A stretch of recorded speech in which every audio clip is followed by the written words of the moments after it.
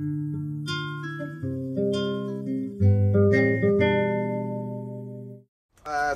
no, I've just been talking about also some of my work with the truth and stuff like that, and I've had several points where I really thought things were going to take off. Yeah. And then just completely from left field, I can't put it being like swatted by God for being cheeky, basically, that you get too above your station, too egotistical, and God just goes, and takes everything off you, and obviously you're truly a true believer, you say, well, God will test me in any way, and I'm grateful for that test. But this time last year, it was all looking rather touch and go, really. I had nowhere to live, no money, and I didn't know about things like skipping, and I've never been a squatter before or anything like that.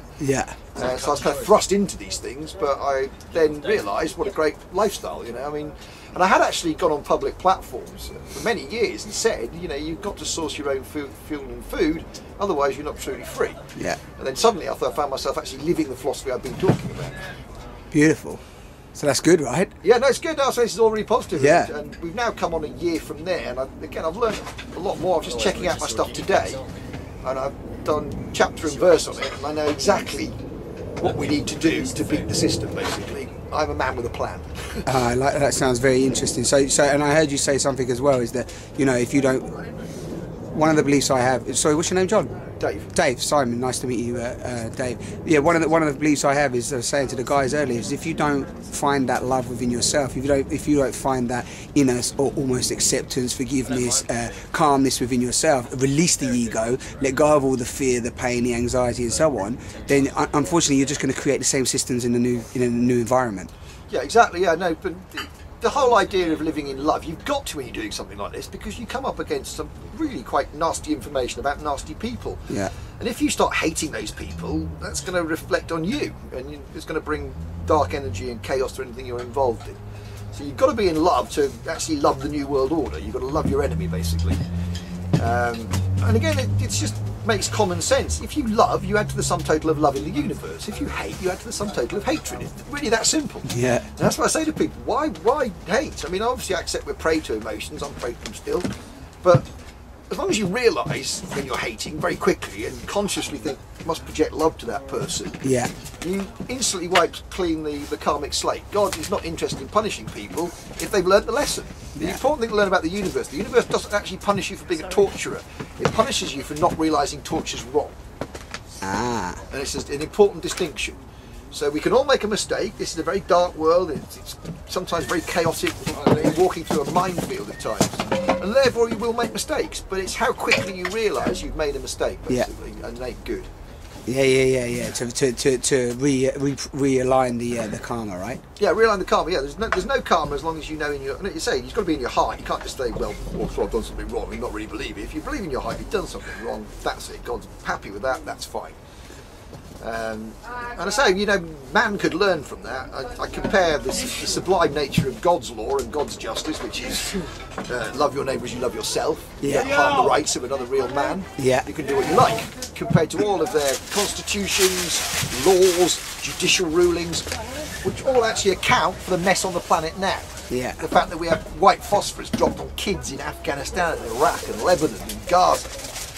And our government hasn't condemned these things. I mean, what the hell? You know, if Gordon Brown was guided by the principle of love your neighbour as you love yourself, there'd be no question that he would prosecute a war. You couldn't do that because you are living. Well, you can't harm that which you love, right? Yeah, exactly. Yeah. So there couldn't actually be a war in the amount of you know, slaying and killing that's going on. Full stop. How could there be? Exactly. Yeah. And I say it's once you realise that whole idea that just by living in love, you actually change the universe positively, basically. Of course. And that also contributes to kind of stopping war and so on. Totally, because and then that manifests. I was speaking to Gareth earlier, who said it. He said a beautiful thing about, you know, trying to change the mindsets of these people. But I said the one hard thing is that a lot of people that go to war, just because we're talking about war, so I'm mentioning this now. But you know, the soldiers and so on, they're all going there with an idea that actually they love their country and they're doing a great thing and they're good people and they're positive. Do you see what I mean? And not go in there like, for example, Hitler didn't kill all the people and think, oh, I'm a bad person. He was thinking he was doing good. Yeah, exactly. And that is, in a sense, the problem is that, again, the left always used to characterise it, the army, they're all fascists, this sort of thing. Yeah. But it's not like that. You've got to understand that people think they're doing good. Yeah. That's the problem. That's the problem. But again, if they were actually truly living in love, they would know. They wouldn't do it, exactly. Because obviously love is an expression for other souls. And to love your country's not real. It's an arbitrary boundary on God's earth, basically, that separates human beings. Yeah. So you cannot love your country. I might as well, love this piece of paper. I mean, it's just as meaningless, basically. Yeah. And that's what they've done. They've used false concepts like that, like love of country or allegiance to a political party, to create constant division. And yet, throughout history, what we realise, these battles of capitalism, communism, or fascist and communist, or Jew and Muslim, are artificial conflicts created by a higher power, i.e., most obviously the banking industry to make money. So. Human civilization is not about these kind of things we think of people winning and losing battles, because the ultimate people at the top always win because they make the money and stay in control. It's been like that for about 6,000 years, but the good news is that it's falling apart. I don't know if you follow things like the free man movement. Yeah, it seems to be. Yeah, but so much. I spoke to a friend yesterday, who's in the system, but is an accountant, and I mean, just working in that. In the realms of the society, the system as a whole, and he just said that there's so many people around him and corporations and so on that are really, really scared at the moment. They're really they don't know what's going on. It's like they don't know what's coming. There's so much upheaval. Everything's collapsing around them, and everything that you got to remember that.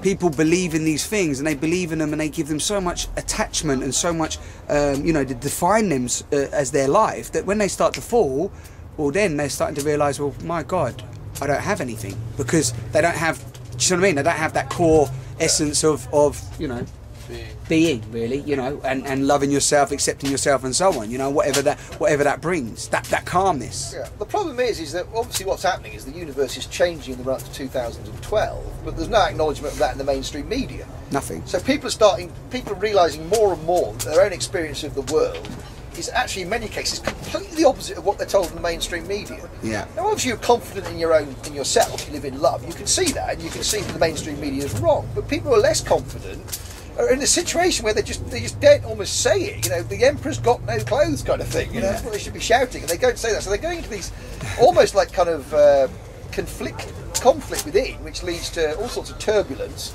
Because when you start to feel that kind of thing, people want to take you to the doctor and fill you full of bloody Prozac and God knows what, which of course is the very worst thing when you're going through that spiritual awakening. God's raising your spirit, and those things are coming boom down on you. That's what causes mental illness. That's why people in hospitals, it's not because of the actual awakening itself, it's because of the frigging drugs the psychiatric industry gives people. Yeah, because they're not actually open to it, are they? So they're just closing it off straight away, and they need to suppress it because then it's the unknown. And what does everybody do? Fear the unknown, right? Yeah, well that's it. They obviously the opposite of love is not hate, it's fear, and they rely upon fear so much through wars, fear of terrorism, fear of losing your house, fear of losing your job. Yeah, fear of success, fear of failure, fear of loneliness, fear of you name it. Fear. We are unfortunately a culture of fear. It's a culture of fear, and I hope that's changing. But the thing is when you look outside and you try to talk to some people, they look at you like you are actually a little bit crazy. Yeah, but all you've got to do is live in love. Conquer the fear and embrace the love. And of course, if you truly live in love and believe in God, what have you got to fear? I mean, there may be some short-term minor suffering and things, but ultimately, because God will test you. You say conquer the fear. I don't think it's that difficult. I think it's really difficult being in fear. I mean, it's like... Yeah, but that's because you believe in God. Yeah. I believe in God. I don't understand why these people fear everything in the headlines and so on. But that's another point. If they are afraid, that's not exactly a barometer to what's going on. I mean, I can see how it could be, but that's not really where to take the mark from. What, the fear, you mean? Yeah, their fear. The fear, obviously it's understandable when things fluctuate, like the market fluctuates, then, the shareholders are afraid because they are mammon, oriented. Yeah. And that's a world of fear. Yeah. That's what runs that world of fear, not love. Because when you live in love as well, you have no... you have no attachment, so you've got nothing physical to lose. Because what's happening is people are so scared of losing their home. Well, and things, right? And things, their possessions, their status in society, if they lose their job and so on. Because when you truly live in love, you're not attached to anything, so you've got nothing to be scared about losing. Simple as that. No. Yeah, totally.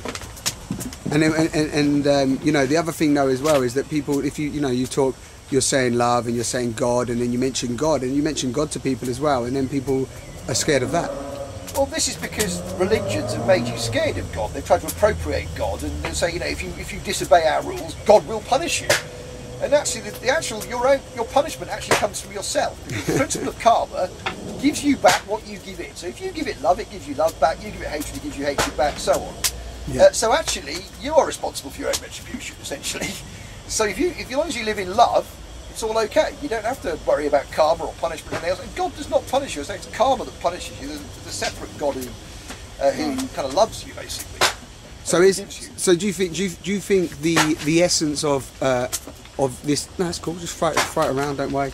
The eco village and the people that have been coming into the village and so on. Do you feel that everybody's coming from that base of love? Do you think people are coming from that base of acceptance and love, or are people coming just with anger against society, for example? I think they're seeking it, definitely. Seeking an alternative. Yeah, I think that's right. Yeah.